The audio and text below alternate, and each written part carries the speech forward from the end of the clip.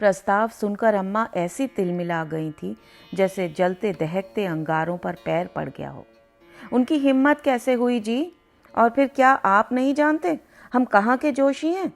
दीवान कुल की बेटी को ब्याह कर क्या कथौड़े ले जाएंगे? लला, कह देना ऐसी जात बेजात में लड़की देने से उसे गले में पत्थर बांधकर गोमती में डुबो दूंगी।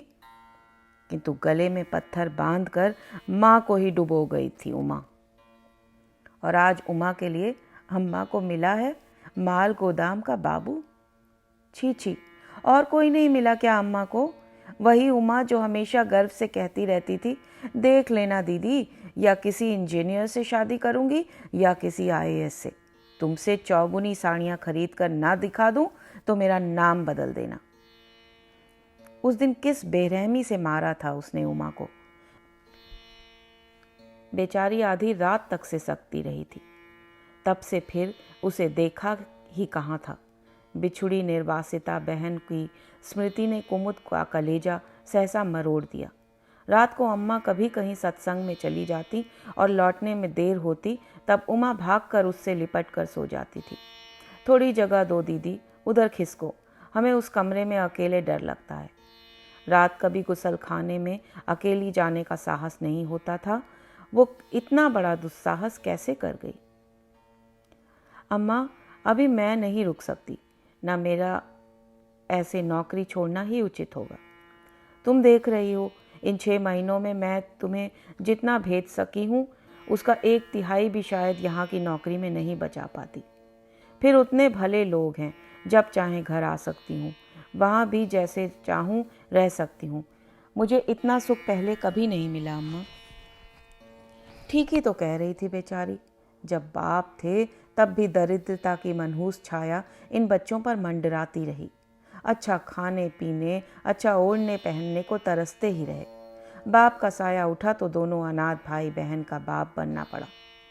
अपना कौन सा सुख किया बेचारी ने। जब कभी इधर उधर से पैसा मिलता, कहीं उमा के लिए साड़ी खरीद लाती, कहीं लालू के लिए पैंट का कपड़ा ले आती और कभी माँ के लिए साड़ी। एक दीर्घ श्वास लेकर वो चुपचाप पड़ी रही।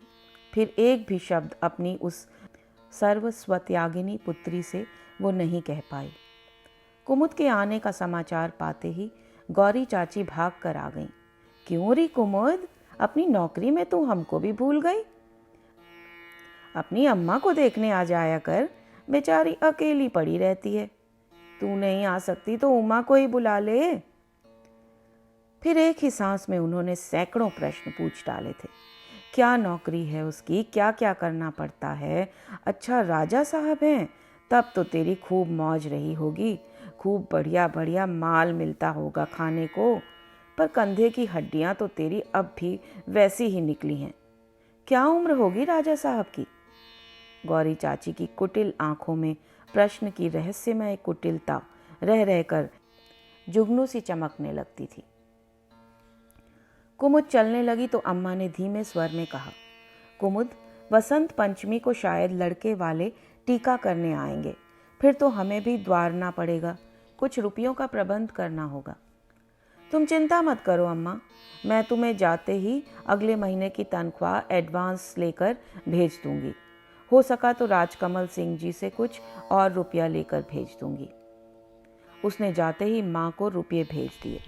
बड़े संकोच के साथ एक दिन डरते डरते उसने उमा के विवाह का प्रसंग छेड़ राजकमल सिंह से कुछ रुपयों की याचना की थी।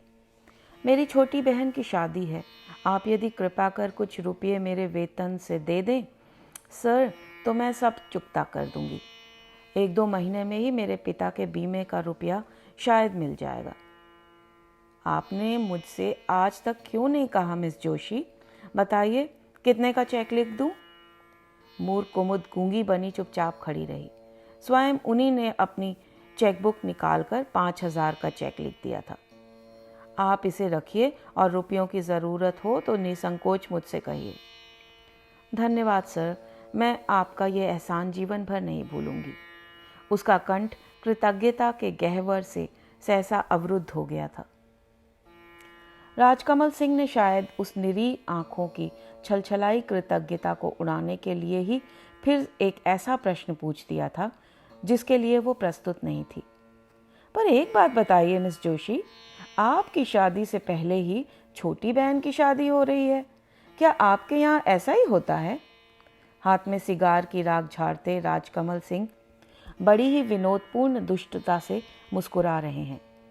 ये कुमुद ने देख लिया था। उसका पूरा चेहरा अबीरी हो गया।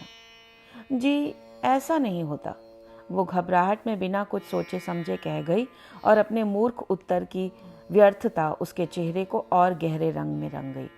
तब जी, मेरा परिवार का भार मुझ पर है, अभी छोटा भाई भी पढ़ रहा है। ओ समझा, अपने इन सब कर्तव्यों से मुक्त होने पर ही आपका विवाह होगा। क्यों? मेरा स्वार्थ तो हमेशा यही मनाएगा मिस जोशी कि आप कभी कर्तव्य से मुक्त न हो।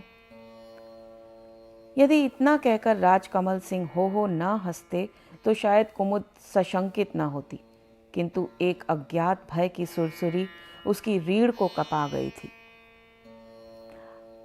आजीवन उनकी उन्मादिनी पत्नी की वो दासी ही बनी रहे क्या? यही स्वार्थ था उनका या और कुछ? एक पल को ही उनकी दृष्टि उन आयत आंखों से टकराई थी और उस तृषार्थ चावनी में क्या उस रहस्यमयी व्यक्ति का स्वार्थ मात्र ही दिखाई दे रहा था उसे?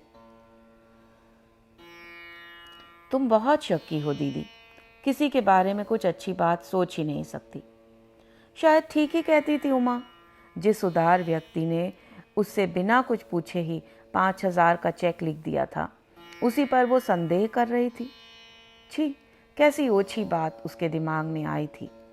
अपने अंतर्मन की शंका को नकार कर भी उसने अपने व्यापार को पूर्वाचित संयम में ही बांध कर रखा था। जब से मालती ने उससे ये विचित्र प्रश्न पूछा था, तब से वह स्वयं सशंकित हो सचेत हो गई थी। वो समझ गई थी कि घोर उन्माद के बीच भी मालती का हृदय कभी भी नारी सुलभ ईर्ष्या द्वेष से सुलग सकता है। उसका विश्वास प्राप्त करने के लिए उसे उसके पति से सदा गज भर की दूरी बरतनी ही होगी। किंतु अपने संकल्प पर वो दृढ़ रहती भी कैसे? राजकमल सिंह 15 दिन बाद तेज बुखार लेकर लौटे तो चांदी की मूठ की छड़ी का सहारा लेकर एक क्षण को खड़े ही रह गए। लग रहा था एक एक कदम रखने में भी उन्हें भीषण कष्ट हो रहा है। चुनी हुई शांतिपुरी धोती के ऊपर रेशमी कुर्ता भी मुड़ा तोड़ा लग रहा था। आज तक कुमुद ने गृह स्वामी को कभी अपनी वेशभूषा के प्रति ऐसा उदासीन नहीं देखा था। 15 ही दिन में शरीर क्षीण हो गया था, चेहरा भी ईषद धूसर पड़ गया था। सुना जब से गए तब से ही बुखार चढ़ा था और उतरने का नाम ही नहीं ले रहा था। 3 डॉक्टर आकर देख गए थे और तीनों ने ही सन्निपात ज्वर की पुष्टि की थी, किंतु राजकमल सिंह का स्वास्थ्य उनके प्रौढ़ होने पर भी पूर्ण वयस्क युवक का स्वास्थ्य था। इसी से दुश्चिंता का कोई कारण नहीं था। ऐसा ही कहकर तीनों दवा लिखकर चले गए थे। चलते चलते डॉक्टर चक्रवर्ती ने राय दी थी कि वो किसी नर्स को देखभाल के लिए अवश्य नियुक्त करें। इस ज्वर में परिचर्या ही रोग की एकमात्र औषधि है। कुमुद ने स्वेच्छा से पत्नी के साथ साथ पति का सेवा भार भी सहर्ष ग्रहण कर लिया। उन्हें समय से औषधि देना, टेम्परेचर चार्ट भरना, अपने हाथ से सूप बना उन्हें पिलाना, उनके बिस्तर पर पड़े रहने पर भी अपूर्व कौशल से चादर बदलना, ये सब वो ऐसी कुशलता से निःशब्द करती थी कि एक दिन डॉक्टर चक्रवर्ती भी प्रसन्न होकर बोले, क्यों मिस जोशी, किसी अस्पताल में नर्स रही थी क्या? जी नहीं, वो बिना कुछ कहे फिर खाली ग्लास लेकर बाहर चली आई। एक दिन वो रोगी के कमरे में गई तो देखा 3 तकियों का सहारा लिए राजकमल सिंह अधलेटे डॉक्टर चक्रवर्ती के साथ अपने रोग की आलोचना कर रहे थे। बीच बीच में हास परिहास भी चल रहा था। लगता था बुखार उतर गया है। दोनों आंखें उज्जवल लग रही थीं, पर चेहरा अभी भी सामान्य रूप से पांडुवर्णी ही लग रहा था। डॉक्टर साहब, आप यदि अनुमति दें तो एक निवेदन करना चाहूँगा। राजकमल सिंह ने दोनों तकिए हटा दिए और कुछ क्षण आंखें बंद कर चुपचाप लेटे रहे। कहिए, कुछ खाने को मन कर रहा है क्या? डॉक्टर साहब रोगी की प्रगति से अत्यंत प्रसन्न लग रहे थे। नहीं, लग रहा है फिर बुखार चढ़ रहा है। सिर में फिर वही असह्य दर्द होने लगा है। यदि आप एक बार किसी तरह कविराज गोस्वामी जी को लाकर मेरा रोग परीक्षा करवा दें। सुना है अब वो कहीं जाते नहीं, पर शायद पिताजी का नाम स्मरण होगा तो आ जाएंगे। स्मरण कैसे नहीं होगा? आपके पिता के दिए मकान में ही तो अब रहते हैं वो गोस्वामी जी। पर एक बार फिर सोच लीजिए, वो आते ही हमारी सब दवा बंद कर देंगे। ये क्या उचित होगा? मिस जोशी, ज़रा बुखार नापिए तो। बुखार फिर तेज हो गया था। कविराज को बुलाने का अर्थ होगा स्वयं अपनी चिकित्सा की पराजय स्वीकार कर लेना। किंतु राजकमल सिंह केवल धनी व्यक्ति ही नहीं थे, उनके ख्यातिवान श्रद्धेय मित्र भी थे। इसी से अपना स्वार्थ ताक पर रखकर डॉक्टर चक्रवर्ती स्वयं कविराज गोस्वामी को लेने चले गए। कविराज केवल चिकित्सक ही नहीं थे, कहा जाता था कि वो परम सिद्ध भक्त भी हैं। स्पर्श मात्र से ही व्याधि दूर करने में समर्थ हैं। चिकित्सा उनके लिए अर्थकारी वृत्ति कभी नहीं रही। उनके पिता भी वैद्य थे। वैद्यक व्यवसाय उनके परिवार में कुल क्रमागत चलता आ रहा था। कभी उन्होंने राजा कमल सिंह के पिता के असाध्य रोग की चिकित्सा कर उन्हें स्वस्थ बनाया था। इसी से उन्होंने अपनी कृतज्ञता ज्ञापन करने अपनी ही हवेली के पास उनके लिए एक सुदर्शन भवन बनवा दिया था। आप जैसे अष्टांग आयुर्वेद में निपुण मृत्युंजय चिकित्सक मेरे प्रतिवेशी बने, इससे बड़ा सौभाग्य हमारा क्या हो सकता है। उन्होंने कहा था, एवं मृत्यु पर्यंत वार्धक्य से अशंक होने पर भी नित्य स्नान कर उनके चरण छूने के बाद ही अपनी दिनचर्या आरंभ करते थे। मृत्यु पूर्व अपने तीनों पुत्रों को बुलाकर राजा रामवदन सिंह ने उनसे कहा था, ध्यान रखना कि गुरुवर को कभी कष्ट न हो। उनके मकान का, भूमि का सब टैक्स तुम देते रहोगे। तुम्हारी ही जिम्मेदारी से उनके सब टैक्स अदा किए जाएंगे। उनका सर्वाधिक स्नेह कनिष्ठ पुत्र पर ही था। इसी से उन्हें एक बार फिर एकांत में बुलाकर उन्होंने कहा था, बेटा, तुम्हारे दोनों भाई जो भी करें, तुम पंडित जी का ध्यान रखना। वैद्य का, वो भी कुशल वैद्य का प्रतिवेशी बनना बड़े भाग्य से मिलता है। वराहमिहिर ने भी राजभवन के पास वैद्य, पुरोहित तथा दैवज्ञ के निवास स्थान का विधान किया था। कविराज आए और रोगी की नाड़ी थामकर दीर्घ समय तक आंखें मूंदे अस्फुट स्वर में न जाने क्या बोलते रहे। दोनों चक्षु मुंदित थे, किंतु अधर निरंतर जैसे किसी नाम जप में हिल रहे थे। उधर रोगी तीव्र ज्वर की मनहूस तंद्रा में पूर्ण रूप से डूब चुका था।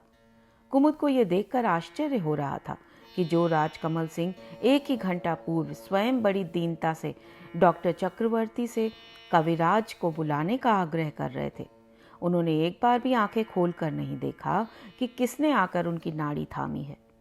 केवल एक क्षण को व्यथित अस्फुट स्वर में उन्होंने कुछ कहा, राजकमल, आंखें खोलो। कैसा गंभीर मांसल कंठ स्वर था कविराज का। लग रहा था कंठ स्वर मात्र ही कठिन से कठिन व्याधि को भी लाठी लेकर दूर खदेड़ने में समर्थ है। किंतु राजकमल पूर्ववत निश्चेष्ट पड़े रहे। एक दीर्घ श्वास लेकर कवि उठे। अपनी तेजस्वी दृष्टि से उन्होंने एक बार कमरे के चारों ओर देखकर सिरहाने खड़ी कुमुद से कहा, सुनिए, रोगी की शैया का सिरहाना पश्चिम की ओर है, इसे बदलकर इधर कर दीजिए। और फिर अपनी नग्न पीठ से अंग वस्त्र खींचकर उन्होंने छाती भी ढक ली। पैर के खड़ाओं की खटखट धीरे धीरे कमरे से दूर होती गई, पर कुमुद ने देखा कविराज डॉक्टर चक्रवर्ती से बरामदे में खड़े होकर कुछ मंत्रणा कर रहे हैं। ये भी कैसे चिकित्सक थे, न कि औषधि लिखी, न कुछ पूछा, नाड़ी थामी और कह गए सिरहाना पश्चिम से पूर्वाभिमुख कर दो। क्या इसी से विषम रोग दूर हो जाएगा? फिर धीरे धीरे वो खिड़की से सटकर खड़ी हो गई। कविराज की गंभीर मुख मुद्रा देखते ही वो सहम गई। क्या इस विलक्षण अल्पभाषी चिकित्सक ने विषम ज्वर की घातक संभावना नाड़ी पकड़ते ही पकड़ ली थी? देखिए डॉक्टर साहब, ये तो सन्निपात ही, इसमें कोई दो राय नहीं हो सकती। रोगी अभी अचेतावस्था में है। जब तक ये न जान लूं कि किस रोग किस आहार विहार से कुपित हुआ है, मैं उसके अनुकूल चिकित्सा आरंभ नहीं कर सकता। मैं रोग परीक्षा में शब्द और आकृति पर भी विशेष ध्यान देता हूँ। शब्द सुनने का प्रश्न ही नहीं उठता। रोगी अचेतन है और आकृति। वो एक क्षण को गंभीर होकर चुप हो गए। आज तो चेहरे में बहुत फर्क है कविराज जी, डॉक्टर चक्रवर्ती ने बड़े उत्साह से कहा। नहीं, रोगी की आकृति से मैं संतुष्ट नहीं हूँ। फिर आप एलोपैथी के डॉक्टरों को शायद इस युग में ये सब हास्यास्पद लगेगा, किंतु हम रोगों के साथ नक्षत्रों का भी घनिष्ठ रूप से जुड़ा मानते हैं। आपसे इन्होंने कहा है कि ज्वर 20 दिन पूर्व रविवार को चढ़ा था ना? जी हाँ, बता रहे थे। सुबह से ही शरीर टूट रहा था, दिन भर हाई कोर्ट में रहना पड़ा, संध्या को लौटे तो बुखार था। डॉक्टर चक्रवर्ती, हमारे शास्त्र में कहा गया है कि आधान, जन्म, निधन, प्रखर और विपत्कर नक्षत्र में जो व्याधि उत्पन्न होती है वो कष्टकर या मृत्युकर होती है। एक तो रविवार, उस पर मूल नक्षत्र। पर कविराज जी, बुखार तो अभी तेज हुआ है, एकदम सुबह उतर गया था। चार्ट दिखाऊं? मिस जोशी, चार्ट लाइए जरा। देवोपम स्मित से सहसा कविराज का चेहरा उद्भासित हो उठा। हम चार्ट नहीं देखते डॉक्टर, हम केवल नाड़ी और नक्षत्र देखते हैं। मेरा आपसे अनुरोध है, आप चिकित्सा कर रहे हैं, आप ही करते रहें। किंतु स्वयं राजकमल जी चाहते हैं कि आप उन्हें देखें। देख तो लिया भाई, इसी से कह रहा हूं, आप चिकित्सा करें, मैं नाम जप करूंगा।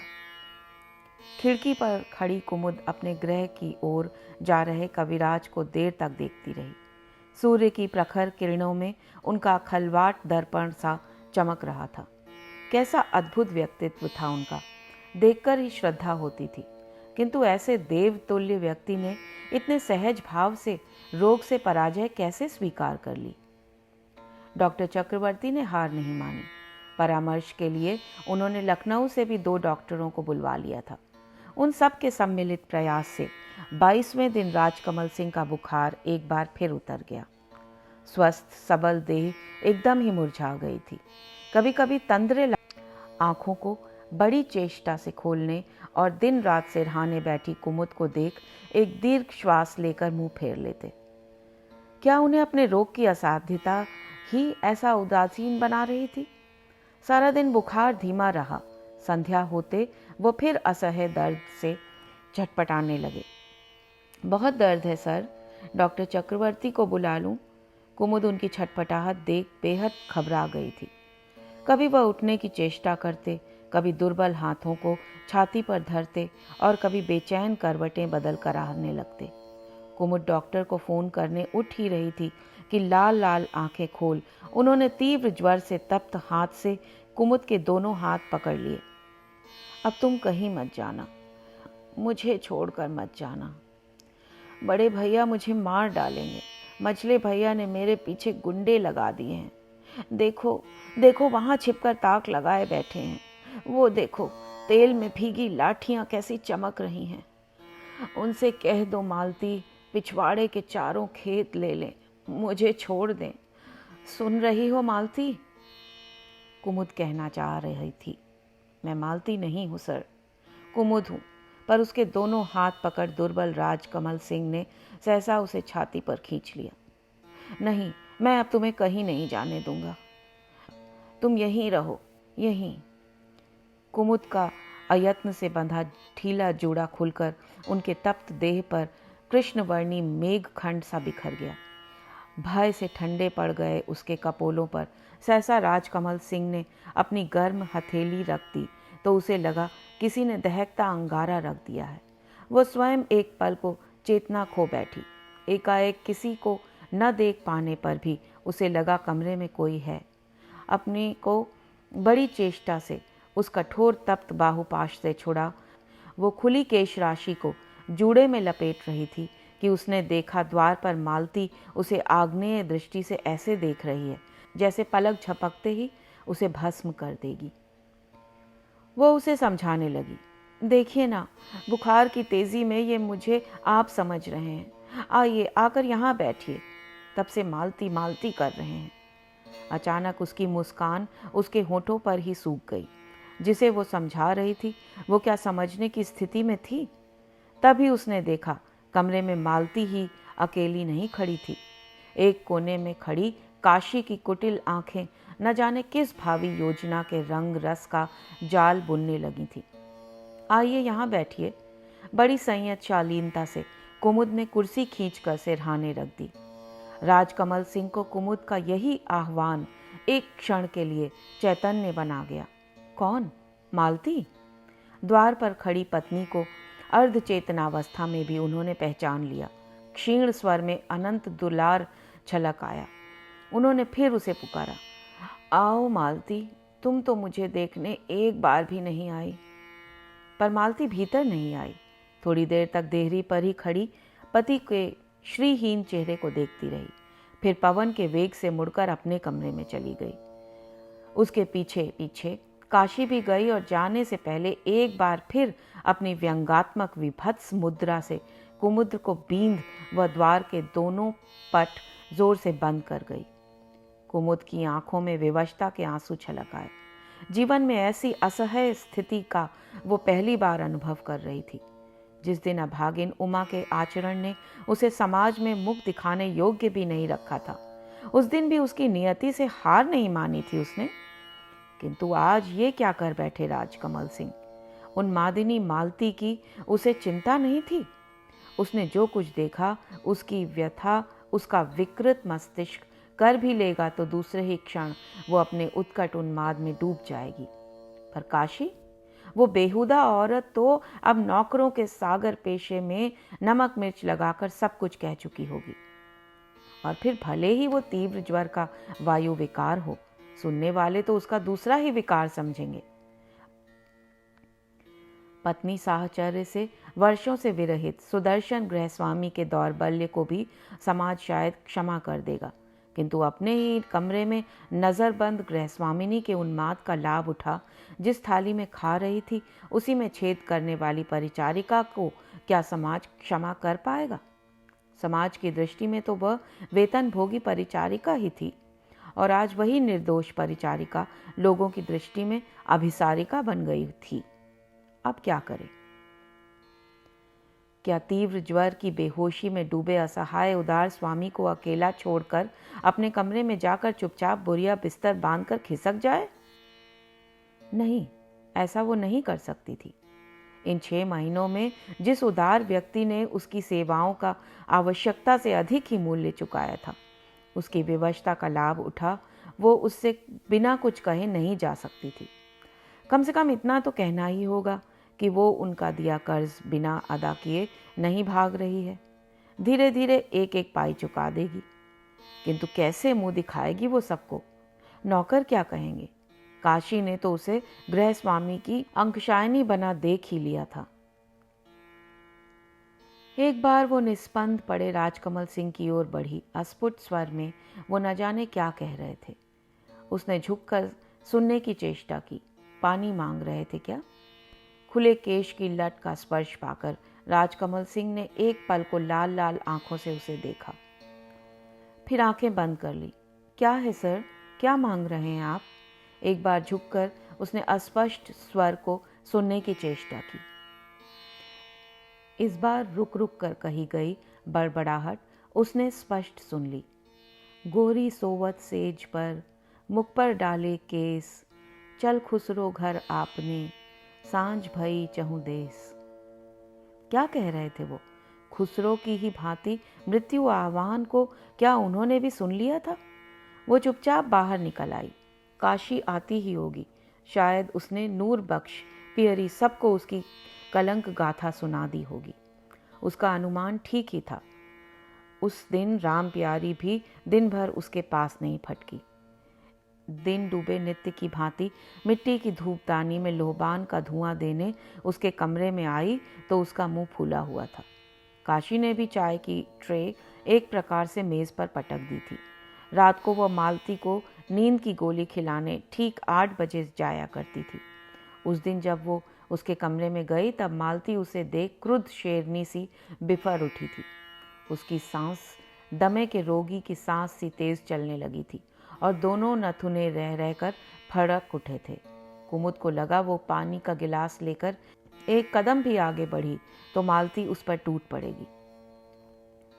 हाथ का गिलास हाथ ही लेकर वो लौटने लगी, पर फिर उसी क्षण कठिन कर्तव्य बोध ने उसे झकझोर दिया। रात भर यदि मालती जगी रही तो अनर्थ हो सकता था। वो राजकमल सिंह के कमरे में जाकर उनकी निद्रा में व्यवधान डाल सकती थी। जैसे भी हो उसे गोली खिलानी ही होगी। अचानक उन्मादिनी उठकर खिड़की के पास खड़ी हो गई और बड़ी अंतर्गता से कुमुद की ओर देखकर मुस्कुराई, जैसे कह रही हो, आओ मेरे पास बैठो, डर क्यों रही हो। उसी मधुर स्मित का आश्वासन पा साहस कर कुमुद गोली लेकर आगे बढ़ी ही थी कि मालती ने बड़ी अवज्ञा से मुंह फेर लिया।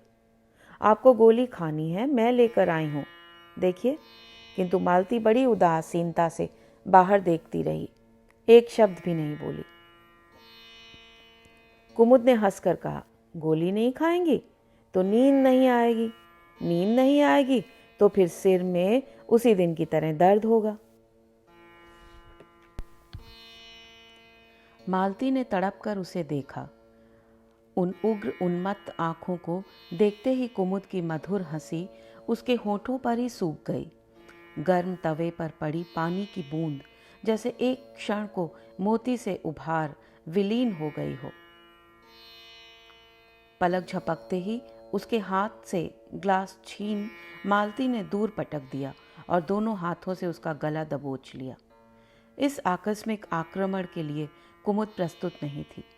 उसे लगा उसके पैरों से धरती धीरे धीरे छूट रही है और वो त्रिशंकु बनी हवा में झूल रही है। कहाँ से आ गई थी उस उन्मादिनी में इतनी आसुरी शक्ति? चाहने पर, छटपटाने पर, शरीर की समस्त शक्ति लगाने पर भी वो अपने को नहीं छुड़ा पा रही थी। तब ही क्रमशः अवचेतन हो रहे शरीर की पूरी शक्ति लगाकर वो चीखी, बचाओ बचाओ। और उसकी वो आर्त दुर्बल करुण चीख उस अशक्त रोगी को भी रोगशैया से वहां खींच लाई, जिसे डॉक्टरों की मृत्युजयी औषधियां भी पूर्ण चेतनावस्था में नहीं लौटा रही थी। मालती, मालती क्या कर रही हो? छोड़ो, छोड़ो उसे।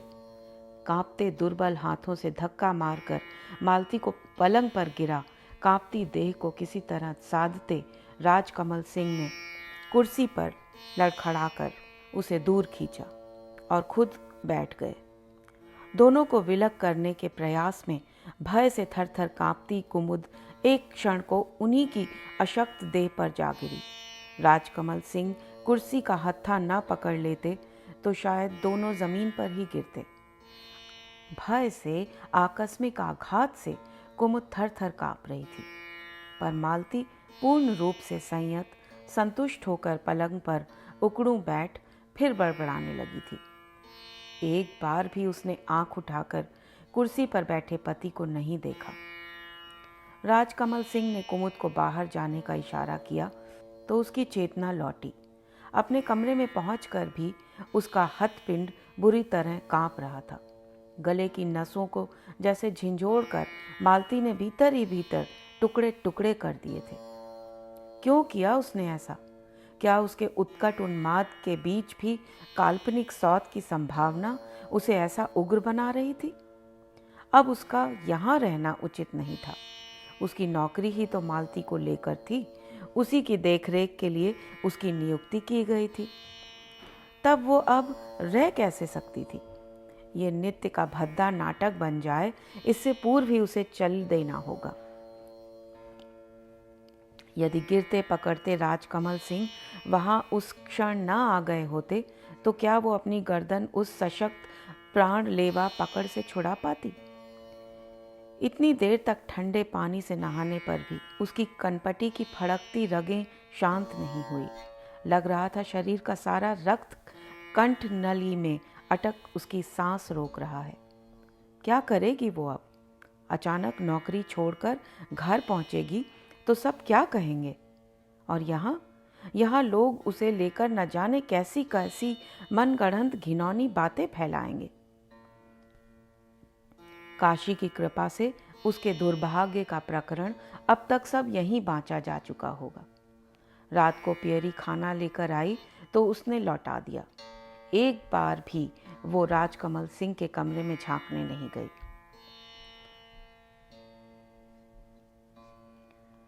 सुबह जब उसकी आंखें खुली तब उजाला ठीक से फैला भी नहीं था। 7 बजे से फिर अपने मरीज की परिचर्या का भार संभालना होगा। 8 बजे, ठीक 8 बजे डॉक्टर चक्रवर्ती आते थे। नहा धोकर वो तैयार हुई और द्वार खोलकर चुपचाप बाहर निकल गई। देहात से आ रहे दूध वालों की साइकिल की टुन-टुन के अलावा सड़क पर एकदम सन्नाटा था। सामने कविराज की लाल कोठी की बत्ती जल रही थी। जब कभी वो इस निभृत सड़क पर टहलने निकलती, कविराज के पूजागृह से आती गुग्गल की मधुर सुगंध, श्लोकों की धुर आवृत्ति उसे एक पल को रोक लेती।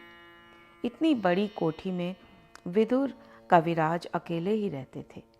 पियरी ने ही बताया था कि मरे मुर्दा की ठठरी में भी जान फूकते रहे। मुला आपन मेहरारू केर रोग ठीक ना ही कर पाए, भरी जवानी में चली गई। एक ठो बिटवा रहा सो मेम बिया लावा, पंडित जी लाठी मार मार भगाए दिहिन। आज भी गुग्गल की परिचित सुगंध ने उसे रोक लिया। अचानक उसके मस्तिष्क में बिजली सी कौंधी रात भर की उलझन, नौकरी छोड़ने के पशोपेश से वो एक क्षण में ही मुक्त हो सकती थी। उस दैवज्ञ के पास क्या मन की व्याधि का उपचार नहीं होगा? किसी मंत्रपूत डोर में बंधी कुमुद धीरे धीरे जाकर उनके द्वार पर खड़ी हो गई। कविराज उनकी ओर पीठ किए विष्णु सहस्त्रनामा का पाठ कर रहे थे। स्वयं प्रतिष्ठित मूर्ति से लग रहे थे कविराज की नग्न पीठ पर उगते सूर्य की पीताभ आभा पर उसे सुवर्णमय दंड के ऊपर धीर, निश्चल, निष्कंप मंगल प्रदीप की लौ सतर होकर जल रही थी। पूरे कमरे में गुग्गल की अवसन्न धूम्र रेखा की सुगंध रस बस सी गई थी। कविराज के मधुर कंठ से निकले श्लोकों की ध्वनि सुन कुमुद की आंखें स्वयं ही अश्रुसिक्त हो गईं। ठीक ऐसे ही तो उसके बाबूजी भी इन्हीं श्लोकों को पढ़ते थे। सुन सुनकर ही उसे ये पंक्तियां कंठस्थ हो गई थी। अनंतो हुत भुक्भोक्ता सुखदो नैकजोग्रजः अनिर्विण्णः सदामर्षि लोकाधिष्ठानमद्भुतः। वो आंखें बंद कर वहीं बैठ गई। रोगातो मुच्यते रोगाद, बद्धो मुच्यते बंधनात्, भयान् मुच्यते भीतस्तु, मुच्येतापन्न आपदः। रोगातुर पुरुष रोग से, बंधन में पड़ा बंधन से और भयभीत भय से, आपत्ति में पड़ा हुआ आपत्ति से छूट जाता है। विष्णु सहस्त्र नाम की इस महिमा का तो बाबूजी भी पाठ करते थे। पाठ समाप्त कर कविराज उठे, पलटे और देहरी के बाहर बैठी कुमुद को देख ठिठक कर खड़े हो गए। कौन हो बेटी? हड़बड़ाकर कुमुद उठी। झुककर उसने प्रणाम किया। लगता है तुम्हें कहीं देखा है। कविराज जी ने उसे गौर से देखा। जी हाँ, आपने मुझसे ही तो उस दिन राजा साहब का सिरहाना पश्चिम की ओर करने को कहा था। ओह ठीक ठीक, अब याद आया, कर दिया था ना। देखो बेटी, पश्चिम में सूर्य डूबता है, इसी से सिरहाना पश्चिम में नहीं किया जाता है। क्यों, कैसे हैं राजकमल? कुमुद ने उनके प्रश्न का उत्तर नहीं दिया, चुपचाप खड़ी ही रह गई। क्यों बेटी, कुछ कहने आई हो क्या? आओ भीतर चलिए, आओ बैठो। उन्होंने अपना कुशासन उसकी ओर बढ़ा दिया और मृगचर्म पर बैठ गए। मैं आपसे एक राय लेने आई थी। उसका कंठ सहसा भर्रा गया। इस संत के सम्मुख वो कैसे कह पाएगी कि वो अकारण ही बिना किसी अपराध के अपराधिनी बन गई है। पूछो बेटी, क्या पूछोगी? कुमुद की निर्भीक दृष्टि उस तेजस्वी चेहरे की ओर उठी। नवजात शिशु की सी चिकनी त्वचा, वही निष्पाप भोली चावनी, दंतहीन निर्दोष हंसी। परमहंस क्या ऐसे ही संतों को कहते होंगे? उसी दिव्य उपस्थिति ने उसकी वाणी को सहसा मुखर बना दिया। उसने उनसे कुछ भी नहीं छिपाया, एक एक बात कह गई।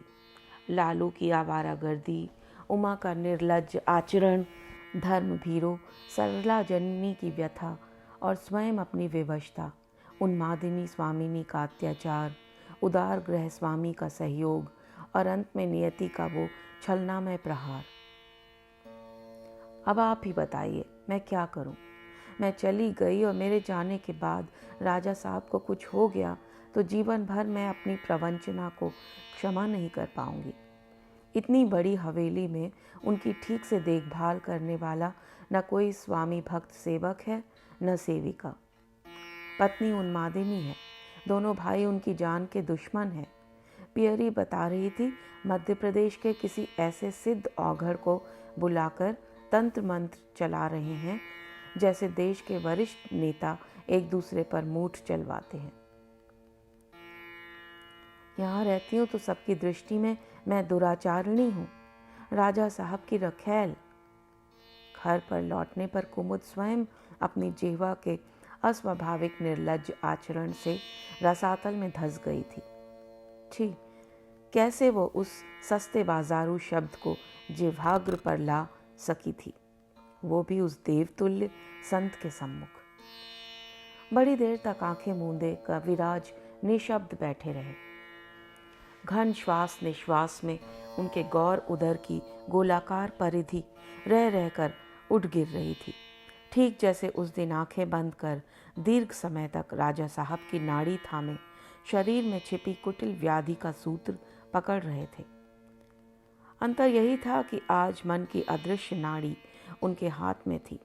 अब उनसे कुमुद कुछ भी नहीं छिपा पाएगी।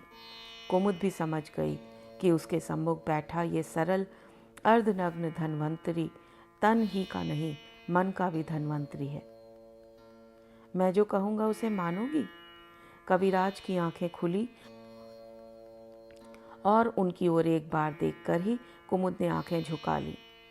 उसे लगा उस तीव्र रेडियम लगी दृष्टि का तेज वो सह नहीं पाएगी। दहकती लौह शलाका सी वो दृष्टि उसके अंतर तक धंसती चली गई। जी हाँ, तब तुम जितनी जल्दी हो सके यहाँ से चली जाओ बेटी, तत्काल ये हवेली छोड़ दो, हो सके तो अभी इसी क्षण। लेकिन कुमुद को शत शत संशयों ने बींध दिया। न राजा साहब का बुखार उतरा था, न डॉक्टर चक्रवर्ती से ही अभी कुछ कह पाई थी। फिर वो कर्जा जो उसे बैठे उठते डंक मार रहा था, उसे कर्ज देने वाला होश में आए। तुमने मुझसे अपनी मानस व्याधि का निदान ही करने को कहा था ना बेटी, जाओ, ईश्वर तुम्हारा कल्याण करे। और वह फिर उसकी ओर पीट कर ध्यानावस्थिर हो गए। कुमुद ने वहीं घुटने टेक कर उन्हें प्रणाम किया और चुपचाप बाहर निकल आई। कविराज के पास बैठकर एकाएक उसका चित्त स्वयं चिंतामग्न हो उठा। ठीक ही कह रहे थे, उसे तत्काल हवेली छोड़नी होगी, किंतु कहकर जाना उसके लिए फिर सहज नहीं होगा। एक पत्र लिखकर मेज पर धर जाएगी और रात की गाड़ी से चली जाएगी। रात की गाड़ी से जाना इतना कठिन होगा, ये वो तब तक नहीं जान पाई थी।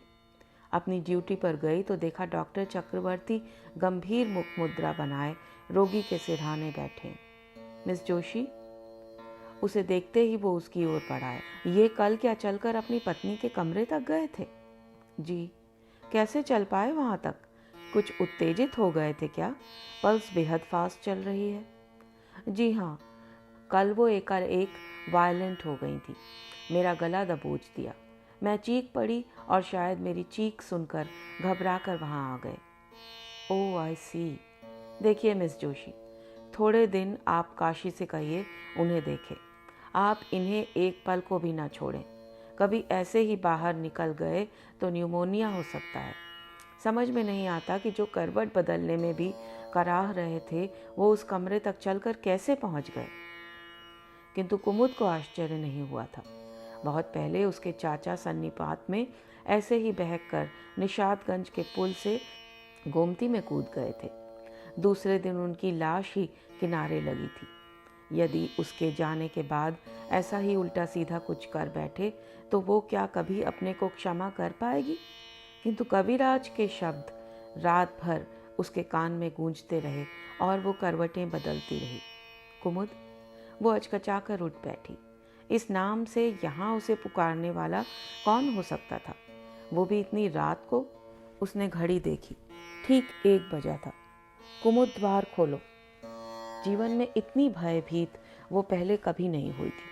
क्या दिवंगत मरियम ही तो नहीं छलनामय रूप धरकर उसके द्वार पर खटखटा रही थी? कौन है? उसने द्वार की दरार से देखने की चेष्टा की, पर अंधेरे में कुछ भी नहीं दिखाई दिया। लपक कर बत्ती जलाने का साहस भी उसे नहीं हो पा रहा था। कुमुद, मैं हूँ राजकमल। उस आदेश की अवज्ञा वो फिर नहीं कर पाई। दुर्बल मुमूर्ष गृहस्वामी अपने ही द्वार पर हीन दीन याचक बना खड़ा था। शरीर पर लिपटे शॉल को और कसकर लपेट वो भीतर आकर निढाल हो कुमुद के पलंग पर ऐसी सहजता से लेट गए जैसे वो उन्हीं का पलंग हो। कुमुद ने लपक कर द्वार बंद कर कुंडी चढ़ा दी। चोर की भांति दबे कदम रखती काशी कभी कभी इधर रात को भी उसके कमरे में आकर दरार से झांक जाती थी। न जाने कितनी देर तक दोनों जहां के तहां बने रहे। राजकमल कुमुद के पलंग पर ऐसे निश्चेष्ट पड़े थे जैसे वहां तक आने में उनके दुर्बल शरीर की सब शक्ति चुक गई हो और मूर्ति सी कुर्सी पकड़कर खड़ी कुमुद काठ बन गई थी। ये क्या हो गया भगवान? इतने दिनों से ज्वर से दुर्बल लगभग अचेत पड़ा ये मरीज कैसे उतनी सीढ़ियां पार कर उसके कमरे तक चला आया और क्यों? तभी अत्यंत क्षीण मधुर स्वर के आह्वान ने उसे चौंका दिया। डरो मत कुमुद, आओ यहाँ बैठो, तुमसे कुछ कहने आया हूँ।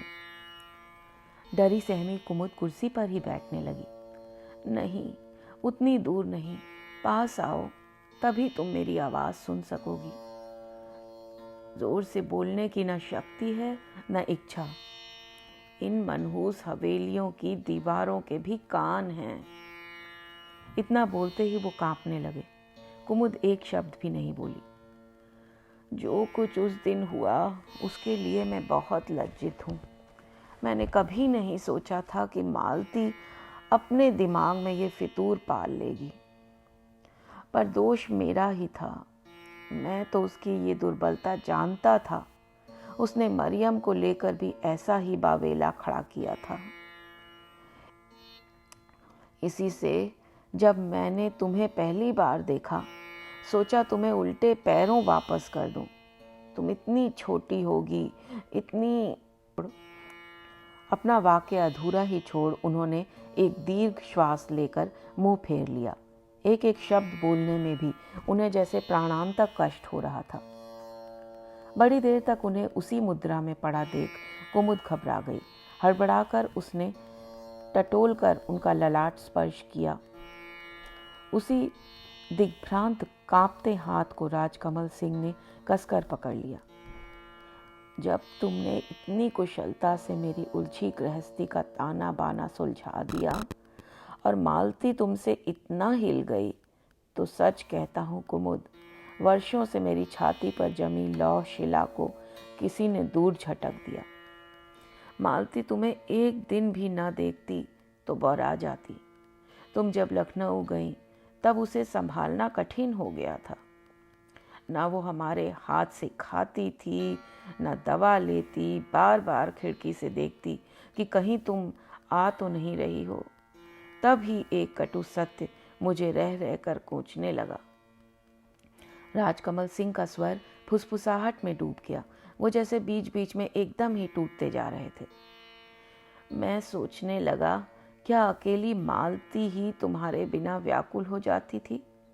तुम्हारे प्रति अपनी ये दुर्बलता जिस दिन मैंने पहचान ली, उसी दिन से मैंने जानबूझकर अपने और तुम्हारे बीच की दूरी बढ़ा दी। 4 दिन के लिए बाहर जाता तो 15 दिन में लौटता। सोचा था इस बार घर लौट तुम्हें मालती को सौंप कुछ महीनों के लिए विदेश चला जाऊंगा। तुम मालती की देख रेख मुझसे भी अच्छी तरह कर लोगी। ये विश्वास मुझे उसकी ओर से निश्चिंत बना गया था। पर फिर भी इस विकार के लिए मेरा अंतःकरण मुझे निरंतर धिक्कार रहा था। मुझे लगा मैं अपने ही से हार रहा हूँ। एक बार दूध से जला चुका हूँ, इसी से मट्ठा भी फूंक फूंक कर पीना होगा, ये भी मैं जानता हूँ। पर अपने उन्माद के बीच मालती मेरी उस दुर्बलता को ऐसे पकड़ लेगी, ये मैं नहीं जानता था। मरियम की बात दूसरी थी। एकाएक वो फिर चुप हो गए। बड़ी देर तक जब उन्होंने अपनी अधूरी आप बीती का सूत्र नहीं थामा, तब घबराकर कुमुद ने एक बार फिर उनके ललाट का स्पर्श किया। कहीं फिर तेज बुखार की बेहोशी में तो नहीं डूब रहे? यदि ऐसा ही हुआ तो अपने शयन कक्ष में अचेत पड़े गृहस्वामी की उपस्थिति के कलंक को क्या वो आसानी से मिटा पाएगी? कौन सी कैफियत फिर उसे बचा पाएगी? राजकमल सिंह ने अपने ललाट पर धरी उस हिमशीतल हथेली को फिर अपनी ज्वर तप्त हथेली में बांध छाती पर धर लिया। मरियम सुंदर थी, आकर्षक थी, किंतु सच कहता हूँ कुमुद, उसके प्रति किसी विकार ने एक पल के लिए भी मेरे हृदय को मलिन नहीं किया। कभी कभी मैं देखता उस भावुक लड़की को मालती की देखरेख की चिंता से भी अधिक चिंता मेरी देखरेख की थी। अपने हाथों से मेरी मेज साफ करती, बिस्तर लगाती, यहाँ तक कि जूतों तक में स्वयं पॉलिश करती। एक दिन मैंने देख लिया तो मैंने कहा, ये आपका काम नहीं है मिस जोसेफ, नौकर किसके लिए हैं? मुझे इस सुख से वंचित ना करें सर। उसकी आंखों में आंसू देख मैं दंग रह गया। कौन सी ऐसी बात कह दी मैंने जो ये विचित्र लड़की रो पड़ी? मुझे महल में रहने का सुख आप ही ने जीवन में पहली बार दिया है सर, कुछ मुझे भी तो करने दीजिए। मैंने फिर भी यही सोचा कि अनाथ लड़की है, जन्म से ही मद्रास के मिशनरी अनाथालय में पली है, इसी से कह रही है। मद्रास में जिस समाज सेवी संस्था में वो पली थी, उन्होंने इसकी बड़ी प्रशंसा लिखकर मुझे भेजी थी। इसमें कोई संदेह नहीं कि उसकी सेवा त्रुटिहीन थी। एक दिन मैं अपने कमरे में सो रहा था कि आधी रात को देखा मरियम मेरे सिरहाने बैठी एकटक मुझे देख रही थी। मैं चौंक कर उठ बैठा। ये क्या मिस जोसेफ, आप यहाँ क्या कर रही हैं? उसने मेरे दोनों हाथ कसकर पकड़ लिए। मुझसे आप ये पूछ रहे हैं? कैसे पुरुष हैं आप? क्या आपकी आंखें नहीं हैं? देख नहीं रहे आप? मेरा पूरा शरीर आपके प्रेम की ज्वाला में कैसा धधक रहा है। नारी का ये निर्लज्ज रूप कुमुद मैं पहली बार देख रहा था। फिर भी मैंने अपने विवेक को साध कर कड़क से कड़क शब्दों में यही कहा, ये क्या पागलपन हो रहा है miss Joseph? Please get out, get out. उसे एक प्रकार से धक्का देकर ही मैंने कमरे से बाहर किया और कुंडी चढ़ा दी। उस दिन उसे किसी ने मेरे कमरे में देख लिया होता तो अनर्थ हो जाता। उन दिनों मेरे दोनों भाई मेरे जानी दुश्मन बने। मेरी प्रतिष्ठा, मेरे सुनाम पर धब्बा पोतने हाथ में कालिख लिए घूम रहे थे।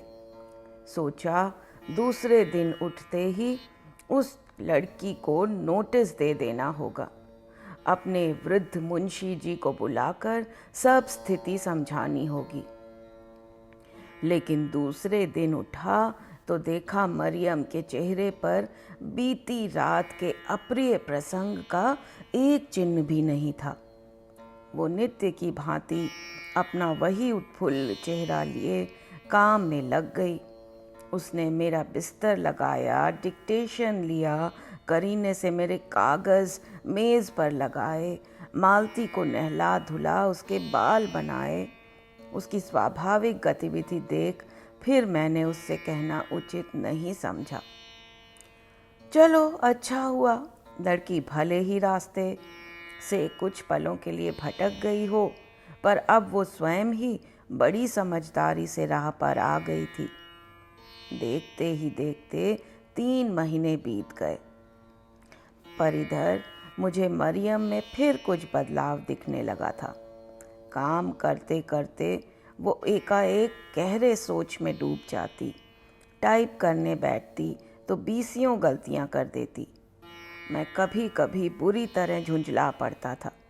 क्या बात है मिस जोसेफ, आपकी तबीयत ठीक नहीं है क्या? कुछ दिनों की छुट्टी लेकर घर चले जाइए। कहाँ जाऊंगी सर, मेरा घर ही कहाँ है, उसने कहा, और उसकी डबडबाई आंखें देख मुझे उस गरीब पर तरस आ गया था। ठीक ही तो कहती थी बेचारी, जाएगी कहाँ। पर बदलाव उसी में नहीं हुआ था। मालती उसे देखकर भड़कने लगी थी। वो बाल बनाने आती तो उसके हाथ से कंघा छीनकर दूर पटक देती। एक दिन तो उसने मरियम को बुरी तरह नोच बकोट लिया। कहते हैं पशु पक्षियों को विधाता ने अद्भुत शक्ति प्रदान की है।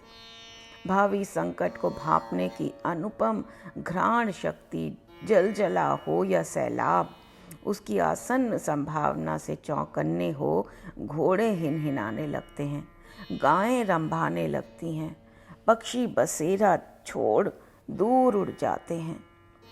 ऐसे ही उस भयावह आसन्न संकट को शायद मालती की अंतश्चेतना ने भी देख लिया था और उसे चौकन्नी बना दिया था। वो मरियम को देखते ही चीखने लगती, भगा दो इसे। काश मैं उसकी चेतावनी को मान लेता। एक दिन मैं सुबह सो ही रहा था कि काशी ने आकर द्वार भड़भड़ाए। उठिए उठिए सरकार, उस ईसाइन ने आत्महत्या कर ली है। मैं भागता गया तो देखा इसी पंखे से उसकी निष्प्राण देह झूल रही थी। विभत्स दृश्य था। जीभ बाहर निकल आई थी, नाक मुंह से रक्त निकलकर चिबुक पर दाढ़ी सा जम गया था। उफ, अभी भी मैं नहीं भूल पाया हूँ। स्टूल एक ओर लुढ़का पड़ा था, दूसरी ओर उसकी जीर्ण बाइबल के अधकटे पन्ने इधर उधर उड़ रहे थे। लगता था बाइबल छाती से लगाकर ही वो सूली पर चढ़ी थी, और जब देह निष्प्राण हुई होगी तब बाइबल उस ऊंचाई से गिरने से औंधी होकर फट गई थी। बाइबल उठाई तो देखा उसके भीतर मेरे नाम लिखी एक चिट्ठी भी थी। मूर्ख लड़की ने मुझसे प्रेम किया था, ये उसने स्वीकार किया था। सोचा था आपने भले ही मुझे अपने कमरे से धक्का मारकर निकाल दिया हो, मैं आजीवन आपकी सेवा करती रहूंगी। पर मैं क्या जानती थी कि आपके प्रति मेरा ये अनन्य प्रेम ही एक दिन मेरा सर्वनाश कर देगा। एक दिन आधी रात को मैं इसी खिड़की पर खड़ी थी कि देखा आप फव्वारे के पास खड़े हंसकर मुझे इशारा कर रहे थे और बुला रहे थे। मेरा कलेजा मुंह को आ गया। यीशु बाप, तूने मेरी सुन ली। मेरे कठोर हृदय प्रेमी के शुष्क हृदय को आखिर मेरे अटूट सच्चे प्रेम ने जीत ही लिया। नाइटी ही पहने मैं पागलों की तरह भागती गई और आपसे लिपट गई। दूसरे ही क्षण मैंने देखा मैं जिस बाहुपाश में बंदिनी बनी हूँ वो केवल एक ही बाहु का छलनामय बाहुपाश है। वो आप नहीं, आपके मझले भाई कृष्ण कमल सिंह थे। मैं बहुत छटपटाई, नोचा, बकोटा, पर उन्होंने अपने चौड़े पंजे से मेरा मुंह बंद कर दिया। जब होश आया तब मैं ओस से भीगी धूप पर पड़ी थी। अपने उतने बड़े सर्वनाश की बात मैं किससे कह सकती थी। सोचा था प्यारे यीशु से सब कुछ कह कन्फेस कर उसी से दया की भीख मांगूंगी। मेरा इतना ही दोष है खुदा बाप कि मैंने किसी से प्यार किया है, पर यीशु ने शायद मुझे माफ़ नहीं किया। सहसा अपने पाप का प्रमाण मुझे आतंकित कर गया। जो मेरी अवस्था थी उसे नर्स होकर मैं ना पहचानती तो और कौन पहचानता।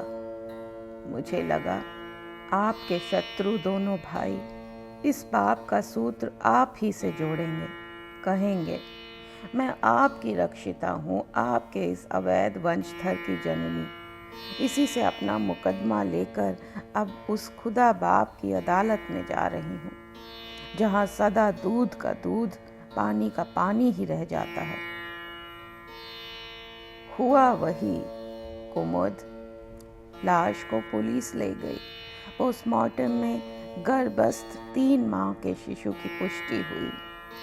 हार कर मुझे अपने उस व्यर्थ कलंक को मिटाने मरियम का पत्र अदालत में दिखाना पड़ा। मैं बेदाग तो निकल आया, पर मझले भैया उसी दिन से मेरे लहू के प्यासे बन गए।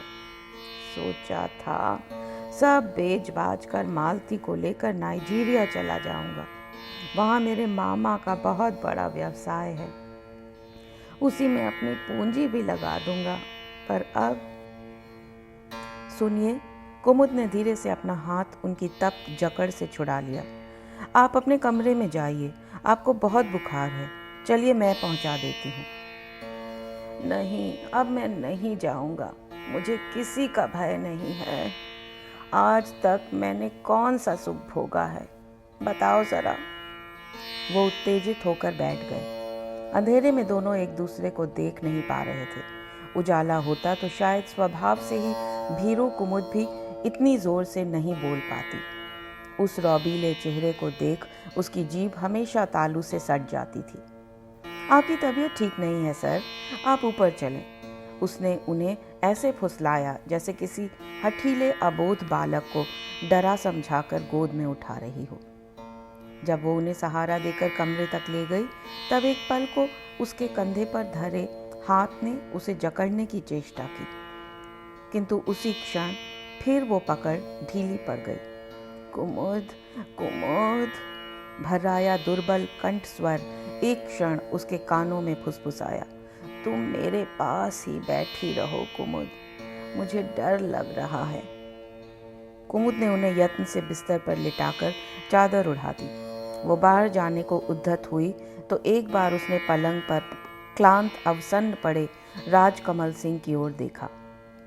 अब न उन्होंने उसे रुकने के लिए कहा, न आंखें खोलकर देखा। लगता था उनकी समस्त शक्ति चुक गई है और वो एक बार फिर अपनी उसी गूढ़ निद्रा में डूबते चले जा रहे हैं जो पिछले 1 हफ्ते से उन्हें खींचकर बड़ी दूर ले जाने की चेष्टा कर रही थी। कुमुद ने नीचे जाकर नूर बख्श को जगाया तो वो हड़बड़ा कर उठ बैठा। क्या बात है मिस साहब, इतनी रात को आप यहाँ? साहब की तबीयत ठीक नहीं है क्या? हाँ नूर बख्श, तुम साहब के पास जाकर बैठो, मैं चक्रवर्ती को फ़ोन करती हूँ। नूर बख्श को ऊपर भेज उसने डॉक्टर चक्रवर्ती को फ़ोन किया। फिर अपने कमरे में आकर उसने अपने सूटकेस में जल्दी जल्दी इधर उधर बिखरे कपड़े ठूंसे। अभी 4 बजे थे। सुबह 5 की मेल पकड़ने के लिए उसे 4:30 तक चल देना होगा। पलंग पर अभी भी उस दीर्घ देह की छाप के हस्ताक्षर वैसे ही बने थे। वो हाथ से चादर की सिलवटें बिठाने लगी तो उसकी आंखें भर आईं। जिसे 6 महीने पहले वो जानती भी नहीं थी, उस भाग्यहीन के लिए उसका ये कैसा मोह था। न जाने क्या क्या सोचकर उसने फिर कागज उठाया और लिखने लगी। मान्यवर, आपको बीमारी में असहाय छोड़कर जा रही हूँ।